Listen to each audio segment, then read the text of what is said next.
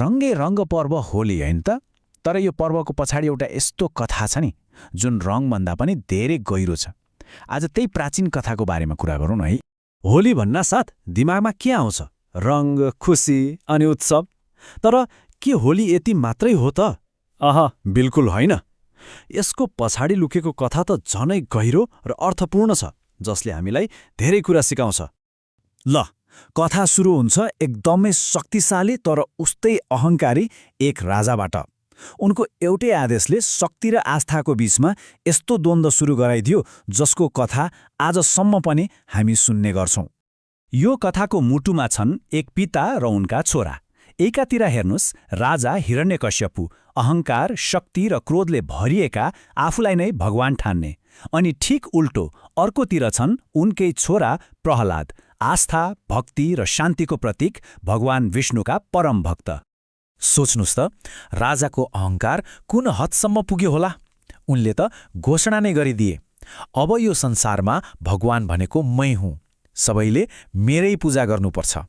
हो, यही आदेश थियो जसले बाबु छोराको सम्बन्धमा दरार ल्याइदियो र त्यो ठूलो द्वन्द्वको बिउ रोप्यो।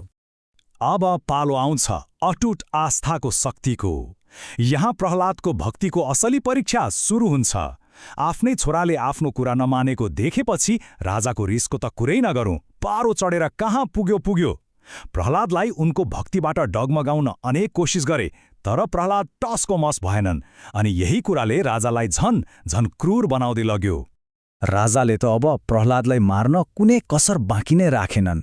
सोच्नुहोस् त, कहिले अग्लो पहाडबाटै खसाइदिए, कहिले विषालु सर्पहरूको बीचमा लगेर छोडिदिए, अनि कहिले त विशाल हात्तीले कुल्च्याउन समेत लगाए। तर हरेक पटक साँच्चीकै चमत्कार भयो। भगवान विष्णुको कृपाले प्रहलादलाई केही पनि भएन, उनी सधैँ सुरक्षित रहे। ल, अब कथाको सबैभन्दा डरलाग्दो मोडमा आइपुग्यो, आगोको षड्यन्त्र।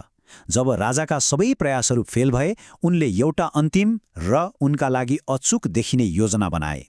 यो पटक उनले मद्दत लिए आफ्नै बहिनी होलिकाको, जसलाई एउटा विशेष, भनौँ न अचम्मको वरदान प्राप्त थियो। हो, राजाको अन्तिम आशा अब टिकेको थियो केवल आफ्नी बहिनी होलिकामा। तर होलिकासँग त्यस्तो के थियो होला जसले राजालाई यति ढुक्क बनायो कि अब त प्रहलाद पक्कै मर्छ भन्ने लाग्यो। कुरो के थियो भने, होलिकासँग एउटा अचम्मको वरदान थियो। त्यो वरदान के भने, आगोले उनलाई छुन पनि सक्दैनथ्यो, उनी आगोमा जल्दैनथिन्। हो, यही वरदानको फाइदा उठाएर त्यो डरलाग्दो दुष्ट योजना बनाइयो। त्यो रात थियो फाल्गुन महिनाको पूर्णिमाको रात। षड्यन्त्र अनुसार सबै तयारी भयो। राजा त पुरै ढुक्क थिए, अब प्रहलाद बच्न सक्दैन। उनलाई लाग्यो कि होलिकाको त्यो वरदानको अगाडि प्रहलादको भक्तिले केही काम गर्ने छैन। अनि योजना अनुसार नै काम भयो। होलिकाले प्रहलादलाई काखमा लिएर दन्किरहेको आगोको चितामा बसिन्। आगोको ज्वाला आकाश छुने गरी दन्किरहेको थियो।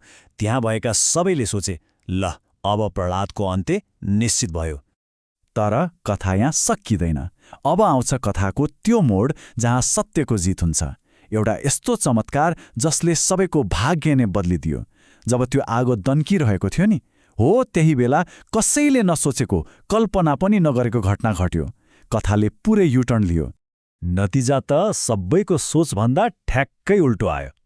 एकातिर प्रहलाद शान्त भएर भगवान विष्णुको नाम जपिरहेका थिए अनि आगोले उनलाई छुन पनि सकेन। तर अर्कोतिर आफ्नो वरदानको गलत प्रयोग गरेकी होलिका, जो अन्यायको प्रतीक बनेकी थिइन्, उनी आफै त्यही आगोमा जलेर खरानी भइन्। यो घटनाले एउटा कुरा एकदमै स्पष्ट देखायो, जित शक्तिको होइन, आस्थाको हुन्छ। अहङ्कार र अन्याय जतिसुकै शक्तिशाली देखिए पनि अन्त्यमा जित त सधैँ सत्य र भक्तिकै हुन्छ। ल, अब यो प्राचीन कथालाई आजको उत्सवसँग जोडौं। कसरी यही पौराणिक घटनाले आज हामीले मनाउने होली पर्वलाई जन्म दियो त? हेरौँ है। हो, त्यही घटनालाई सम्झिनको लागि हरेक वर्ष होलीको ठीक अघिल्लो रात होलिका दहन गरिन्छ। यो बालिएको आगोले होलिका जस्तै हाम्रा भित्रका खराब बानी, नराम्रा सोच र सबै नकारात्मक कुराहरूलाई जलाएर नष्ट गर्ने प्रतीक हो। अनि त्यसको भोलिपल्ट त्यही असत्यमाथि सत्यको विजयको खुसियाली मनाउनका लागि रङ, सङ्गीत र हाँसोले भरिएको नयाँ दिनको स्वागत गरिन्छ। हो, यही हो हामीले मनाउने रङ्गै रङ्गको होली। तर एकछिन, होली केवल रङ खेल्ने रमाइलो मात्रै हो त? होइन। अब यी रङहरूभित्र लुकेको सन्देशलाई बुझौँ। होली किन एउटा सामान्य पर्वभन्दा धेरै माथि छ भन्ने कुरा गरौँ, किनकि यसका हरेक रङमा एउटा गहिरो सन्देश लुकेको छ। होलीले हामीलाई एउटा मौका दिन्छ, मन सफा गर्ने, पुराना रिस, राग, गुनासो सबै बिर्सिने अनि सम्बन्धहरूमा फेरि नयाँ रङ भर्ने। यो यस्तो दिन हो जहाँ को ठुलो, को सानो, को धनी, को गरिब केही मतलब हुँदैन। सबैजना एउटै रङमा रङ्गिन्छन्। यसले दिने एकताको सन्देश साँच्चै सुन्दर छ। साँच्चै भन्नुपर्दा होलीको वास्तविक आत्मा यही हो। यो एक दिनको उत्सव मात्र होइन, यो त प्रेम, सत्य र एकताको भावना हो। र यो भावना हामीभित्र सधैँ जीवित रहनुपर्छ, किनकि जहाँ प्रेम छ त्यहाँ होली सधैँ हुन्छ।